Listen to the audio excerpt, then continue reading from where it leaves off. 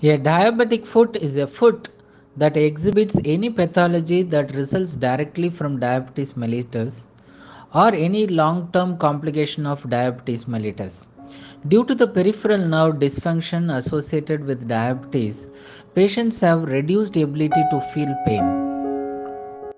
Although diabetic foot infections are polymicrobial, the most common pathogen in diabetic foot infection is aerobic gram positive cocci, mainly Staphylococcus species. Methicillin resistant Staphylococcus aureus is present in 10 to 32% of diabetic infections and is associated with a higher rate of treatment failure in patients with diabetic foot infection. Most people who receive treatment for minor foot infections can expect to recover without any complication.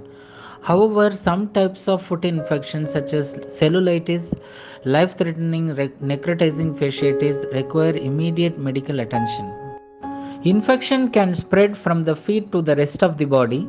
Signs of spreading infection are swelling, redness, warmth spreading into the leg, fever, chills, nausea, vomiting, sudden changes in the blood sugar, feeling tired, and loss of appetite. A foot was considered septic when the following clinical signs were evident: cellulitis, that is redness, edema, that is swelling, a sinus tract with purulent discharge, or finding consistent with pedal abscess or osteomyelitis with or without concomitant fever or leukocytosis.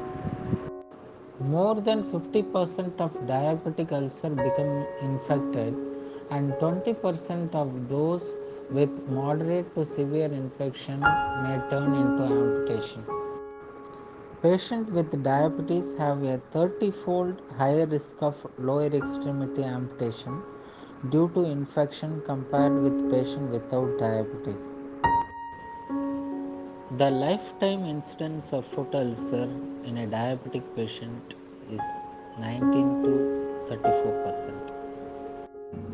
Effective management of diabetic foot infection requires appropriate antibiotic therapy, surgical drainage, debridement and resection of dead tissues, appropriate wound care, and correction of metabolic abnormalities. Soaking your feet may raise your risk of foot problems. Although some people soak their feet in Epsom salt baths, this home remedy is not recommended for people with diabetes. Soaking your feet may raise your risk of foot problems.